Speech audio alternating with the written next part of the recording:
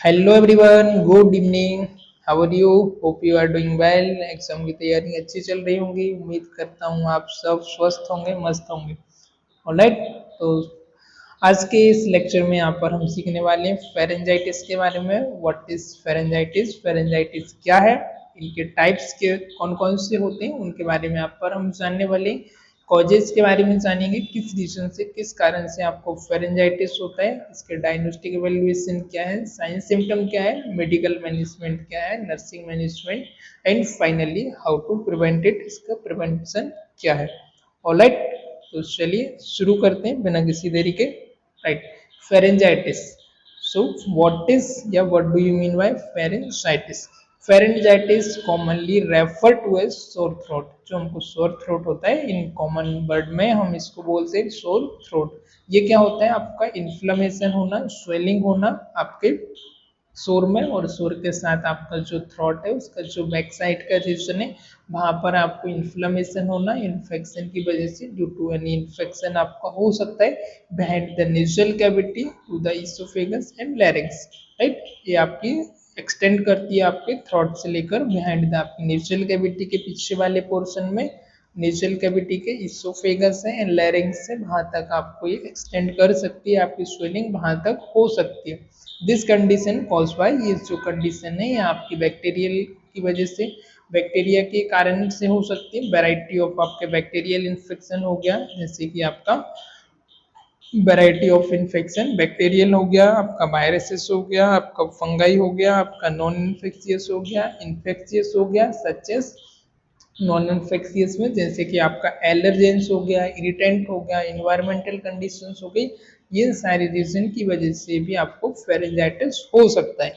और once again I repeat it, pharyngitis क्या है? आपका एक आपका कॉमन सोर थ्रोट है, सोर्स आपका इन्फेक्शन है, आपका सोर थ्रोट है, इसमें आपका इन्फ्लेमेशन हो सकती है ड्यू टू एनी आपका रीजन, कारण की वजह से हो सकती है। किस लोकेशन, किस जगह पर ये होती है? आपके back of the throat, back of the throat की रीजन पे, आपके गले में बैक की साइड, और आपकी एक्सटेंड करती है behind the nasal cavity, nasal cavity के पीछे से लेकर आपका इसोफेगस और लैरिंग्स तक। This condition can be cause, ये जो कंडीशन है कॉज होती है वैरायटी ऑफ इन्फेक्शन की वजह से, वैरायटी ऑफ इन्फेक्शन की वजह से आपकी कॉज होती है। जैसे कि आपका एजेंट हो गया, वैरायटी ऑफ इन्फेक्शन, जैसे आपका जो भी एजेंट इंक्लूड, जैसे कि आपका वायरस हो गया, बैक्टीरिया हो गया, फंगाई हो गया है, ये आपका इन्फेक्शन की वजह से हो सकता है। कुछ नॉन इन्फेक्शन की वजह से भी होती है, जैसे कि आपका एलर्जेंस में, जैसे कि आपका आ जाता है एलर्जेंस होना, इरिटेंट होना, इन्वायरमेंटल कंडीशन की वजह से भी आपको ये इवन कॉज हो सकती है। टाइप ऑफ फेरेंजाइटिस, कौन कौन सी टाइप की फेरेंजाइटिस होती है? Viral pharyngitis commonly cause by adenovirus, influenza virus, para influenza virus, rhinovirus, corona virus, usually self limiting and resolve without treatment. Alright. तो कॉमनली कॉज कौन कौन से वायरस से होती है? आपकी adeno virus, influenza virus, para influenza virus, rhino virus, corona virus, usually self limiting and resolve without treatment. Okay. First one किससे होती है? आपकी adeno virus, influenza, para influenza, rhino, corona, corona virus, usually self limiting and resolve without treatment. Self limiting होती है, without treatment के आप इनको ठीक कर सकते हैं, विदाउट ट्रीटमेंट आप इससे रिसोल्व कर सकते हो। फिर अगली आती है आपकी bacterial pharyngitis, often caused by a group of streptococcus known as strep throat. Okay. Bacteria किस बैक्टीरिया की वजह से होती है? आपको स्ट्रेप्टोकोकस का जो ग्रुप है उस बैक्टीरिया की वजह से हो सकती है, इसको हम स्ट्रेप थ्रोट भी बोलते हैं, स्ट्रेप थ्रोट के नाम से हम इसको जानते हैं। Less common cause include, less common जो कॉज है वो किस बैक्टीरिया की वजह से होता है? जैसे कि आपका गोनेरिया हो गया, नाइसीरिया हो गया, नाइजीरिया, गोनेरिया, कोरिनीबैक्टीरियम, डिप्थेरिया और माइकोप्लाज्मा निमोनिया, इसकी वजह से आपको होती है, दैट इज आपका बैक्टीरियल फेरेंजाइटिस। फिर आती है आपकी फंगल फेरेंजाइटिस, फंगल ऑक्यूर इन इम्यूनो कम्प्रोमाइज्ड इंडिविजुअल। फंगल किसमें होती है? जिनका इम्यून कम्प्रोमाइज है, जिनका इम्यून सिस्टम वीक है, उन पर्सन में ये होने के चांसेस रहते हैं। जैसे कि कॉज बाय कौन कौन सी फंगल्स होती है? कैंडिडिडा स्पीसीज से हो सकती है, इसके जो भी प्रजाति हैं उनसे। नॉन इन्फेक्शियस किस रीजन से हो सकती है अगली आपको, non infectious due to irritant और एलर्जेंस। इरिटेंट जैसे आपको स्मोकिंग हो गया, पॉल्यूशन हो गया, ड्राई एयर हो गया, गैस्ट्रो इसोफेजियल रिफ्लेक्स डिसीज की वजह से भी आपको ये इवेंट हो सकती है। अब हम बात करेंगे इटियोलॉजी के बारे में, किस कारण से ये आपको होती है, इसके पीछे क्या रीजन है। तो वायरल कॉजेस, वायरल आपका जो होता है rhino virus, corona virus, adeno virus, spring virus और हर्पिस सिम्प्लेक्स वायरस, ये आपका वायरल कॉज हो गया। बैक्टीरिया में स्ट्रेप्टोफाइलोकोकस, पायोसिन, स्ट्रेप्टोकोकस का जो ग्रुप है वो नाइजीरिया, गोनोरिया, क्लाइमेडिया और निमोनिया। ये वायरस फंगल, आपके फंगस की वजह से नॉन इन्फेक्शियस, अभी हमने बता ही दिया आपको। क्लिनिकल मैनिफेस्टेशन में आ जाएगा आपका, साइन सिम्टम क्या होंगे, सोर थ्रोट होगा आपको, गले में आपके खराश होगी, ओके। उसके बाद आपका रेड सोलन फेरिंग्स, जो आपका फेरिंग्स होगा वो रेड होगा, सूजन रहेगी, उसमें स्वेलिंग होगी, पेनफुल सोलिंग होगी, खाना निकलते समय आपको दर्द होगा, पानी पीते समय आपको दर्द होगा, खाना ठीक से नहीं खा पाओगे, फीवर, आपको बुखार भी आ जाएगा, फीवर आ जाएगा। इनलार्ज टेंडर लिम्फ नोड, जो आपका लिम्फ नोड है वो एनलार्ज हो जाएगा, मीन्स उसका साइज बढ़ जाएगा। टेंडर मतलब वहां पर आपको वो टेंडर मतलब स्वेलिंग टाइप की हो जाएगी, लिम्फ नोड मतलब आपका टेंडर हो जाएगा, सॉफ्ट की जगह वहां पर टाइट हो जाएगा, राइट। बाइट पेचेस और पस, यहाँ पर आपको बाइट पेचेस हो सकती है, आपको पस हो सकता है, और टॉन्सिल्स, यहाँ पर आपका टॉन्सिल्स है। मोर कॉमन इन बैक्टीरियल फेरेंजाइटिस, मोर कॉमन होता है आपका बैक्टीरियल फेरेंजाइटिस में, तब आपको बैक्टीरियल फेरेंजाइटिस हुआ है उस केस में आपको बाइट पेचेस और पस भी हो सकता है ऑन द टॉन्सिल्स, हेडेक होगा, फटिग होगा, ऑलराइट। फिर अगला आ जाएगा cough, more common in viral pharyngitis, cough भी आपका मोर कॉमन है, वायरल फेरेंजाइटिस में आपको कफ हो सकता है। Rash in case of scarlet fever, यदि स्कारलेट फीवर है तो आपको स्किन पर रेसेस भी हो सकते हैं। Then we are talk about diagnostic evaluation, first one हम यहाँ पर देखेंगे क्लिनिकल एग्जामिनेशन। आप क्लिनिकल एग्जामिनेशन करोगे, पेशेंट को आपको टॉन्सिल्स को, फेरेंक्स को आपको चेक करना है, टॉर्च लेकर के आपको देखना है, ऐसे symptom and physical sign, vital sign आपको चेक करना है, टोटल आपको फिजिकल एग्जामिनेशन करना है, सिम्टोमेटिक आपको चेक करना है।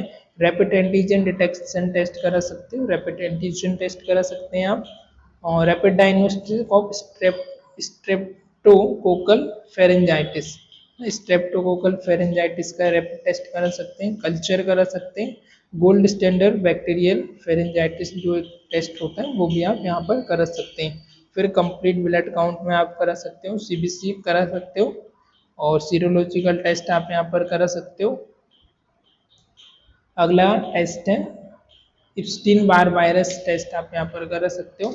मैनेजमेंट की यदि हम बात करें तो आपका मैनेजमेंट वायरल का अलग होगा, वायरल में आप सपोर्टिव केयर दोगे, rest, hydration, throat lozenges, warm salt water, gargles, analgesic, acetaminophen, ibuprofen दे सकते हो। वायरल हुआ है तो आपको हाइड्रेशन करना है पेशेंट को, सोर लोजीनेस के लिए आप निगलने के लिए दे सकते हो। वार्म वाटर से आप गर्गल कर सकते हो, बिटरडेंट वाटर से आप नमक के पानी से गर्गल कर सकते हो। एनाल्जेसिक मेडिसिन पेन किलर आप ले सकते हो। बैक्टीरियल फेरेंजाइटिस में क्या करेंगे हम, एंटीबायोटिक प्रिस्क्राइब करना है, पेनिसिलिन हो गया, एमोक्सिसिलिन हो गया, एजिथ्रोमाइसिन हो गया, एलर्जिक टू पेनिसिलिन, है ना। यदि आपको आपको पेनिसिलिन से यदि एलर्जी है, किसी को रेजिस्टेंस है, तो आप उसको एजिथ्रोमाइसिन भी दे सकते हैं। फर्स्ट चॉइस में आएगा आपका पेनिसिलिन, एमोक्सिसिलिन और एजिथ्रोमाइसिन, ऑलराइट, राइट। फिर नेक्स्ट आ जाएगा आपको सिम्टोमेटिक ट्रीटमेंट में आपका एनाल्जेसिक और एंटीपायरेटिक। फंगल इन्फेक्शन में आपका आ जाएगा एंटी फंगल मेडिकेशन, फ्लूकेनोजोल आ जाएगा आपका, निस्टेटिन आ जाएगा, नाइस्टेटिन और फ्लूकेनोजोल। नॉन इन्फेक्शियस में आपका आ जाएगा pharyngitis, avoidance of the irritants, जो भी इरिटेंट्स है उनको आपको अवॉइड करना है, जैसे कि आपको स्मोकिंग हो गया, पॉल्यूशन हो गया, ये सारी चीज़ों को आपको अवॉइड करना है, इनको जितना दूर रह सकते हो उतना आपको इनसे दूरी बनाना है। ट्रीटमेंट ऑफ अंडरलाइन कंडीशन, जो भी आपकी अंडरलाइन कंडीशन है उनको आपको ट्रीट करना है, जैसे कि आपका GRDS और एलर्जीज, ऑलराइट। नेक्स्ट बना जाएगा आपका नर्सिंग मैनेजमेंट। नर्सिंग मैनेजमेंट का इसमें क्या रोल होगा, monitor vital sign, throat appearance and symptom. Okay, यहाँ पर आपको मॉनिटर करना है वाइटल साइंस को, देन मॉनिटर वाइटल साइन हो जाएगा, थ्रोट अपीयरेंस एंड सिम्टम्स हो जाएंगे आपके, असेस फॉर द कॉम्प्लिकेशन जैसे कि आपका सचेस एप्सिस हो गया, फॉर्मेशन हो गया, सिस्टमेटिक इन्वॉल्वमेंट नहीं, बहुत सारी चीज़ें आपको यहाँ पर चेक करना है। इंटरवेंशन में आप क्या क्या चीज़ें दे सकते हो, एडमिनिस्टर प्रेस्क्राइब मेडिसिन जो है वो आपको एडमिनिस्ट्रेशन करना है, प्रोवाइड सपोर्टिव केयर दे सकते हो, एनकरेज फ्लूड को आपको एनकरेज करना है, रेस्ट एंड प्रॉपर न्यूट्रिशन के लिए आप पेशेंट को एनकरेज कर सकते हो, एजुकेट पेशेंट, प्रॉपर पेशेंट को आपको एजुकेट करना है, proper hygiene to prevent spread, proper आपको हाइजीन मेंटेन करना है ताकि स्प्रेड होने से वो प्रिवेंट करे पेशेंट को, advice on avoiding irritant smoke और एलर्जेंस, पेशेंट को आपको एडवाइस करना है, एजुकेशन देना है कि जो भी इरिटेंट है, स्मोकिंग हो गया, पॉल्यूशन हो गया है ना, एलर्जेंस को आपको अवॉइड करना है, उनके कांटेक्ट में आपको नहीं आना है, या फिर यूज़ कर रहे हो तो उनको आपको स्टॉप करना है। एजुकेशन, अदर एजुकेशन आप दे सकते हैं, teach about completing the full course of antibiotic, antibiotic का फुल कोर्स करना है, किस तरीके से आपको एंटीबायोटिक लेना है, उसका इंडिकेशन क्या है, वो सारी चीज़ों के बारे में आपको समझाना है, मेथड कैसे आपको लेना है, कितने टाइम लेना है, उसके बारे में आपको पेशेंट को एजुकेशन देना है, पेशेंट को इंस्ट्रक्ट करना है, प्रिवेंटिंग मेजर्स जो भी यूज़ कर सकते हैं वो आपको प्रिवेंट करने के लिए यूज़ करना है, इंक्लूडिंग हैंड हाइजीन आपका हो गया, अवॉइडिंग क्लोज कॉन्टेक्ट नहीं रखना है, और जो आपके हैंड हाइजीन है वो आपको रेगुलर मेंटेन करना है विथ इन्फेक्टेड इंडिविजुअल, जो भी आपका इन्फेक्टेड इंडिविजुअल है उसके साथ आपका क्लोज कांटेक्ट नहीं होना चाहिए, क्योंकि आपका ड्रॉपलेट इन्फेक्शन की वजह से भी आपको एयरबोर्न की वजह से आपको स्प्रेड हो सकता है। Educate sign and complication when to seek medical attention, educate on sign of complication when seek medical attention, medical यदि ज़रूरत है तो आप कॉम्प्लिकेशन ज़्यादा हो रहे हैं तो आप डॉक्टर से कंसल्ट कर सकते हैं, राइट। नेक्स्ट बना जाएगा प्रिवेंशन, हाउ टू प्रिवेंटिव, आप इसे कैसे प्रिवेंट कर सकते हैं, हैंड हाइजीन, आपको हैंड हाइजीन रेगुलरली मेंटेन करना है, हैंड वॉश आपको करते रहना है, जो भी आपका एंटीमाइक्रोबियल एजेंट है उससे, frequent hand washing to prevent spread of infection agent, बार बार आपको हैंड वॉशिंग करना है ताकि आपका फ्रीक्वेंट हैंड वॉशिंग करना है आपको, ताकि आपको स्प्रेड होने से आप उसको प्रिवेंट कर पाओ, ताकि वो अदर लोगों में ना फैले। अवॉइड शेयरिंग पर्सनल आइटम, जो भी आपके पर्सनल आइटम है वो आपको शेयर करने से अवॉइड करना है। Do not share utensils, drink और पर्सनल आइटम, जो भी आपके पर्सनल आइटम वो आपको शेयर नहीं करना है, जैसे कि आपका यूटेंसिल्स, आपके बर्तन हो गया, ड्रिंक हो गया, और वॉट एवर जो भी आपके पर्सनल केयर के आइटम्स होते हैं उस सारी चीज़ें। Avoid close contact with the infected individual, जो भी आपका इन्फेक्टेड इंडिविजुअल है उससे आपको क्लोज कॉन्टैक्ट करने से अवॉइड करना है। Stay away from people with non infection, जिस पर्सन को इन्फेक्शन है आपको पता है उससे आपको 2 गज दूरी और मास्क जरूरी, राइट, आपको दूरी बना के रखना है। प्रॉपर रेस्पिरेशन हाइजीन, आपको प्रॉपर रेस्पिरेशन हाइजीन मेंटेन करना है। Cover mouth nose when coughing और स्नीजिंग, जब भी आपको स्नीजिंग, आपको खांसी चल रही है, आपको छींक आ रही है, तब आप अपने माउथ को आप हैंकी से, रुमाल से या मास्क से कवर कर सकते हैं ताकि अदर पर्सन को इन्फेक्शन ना हो।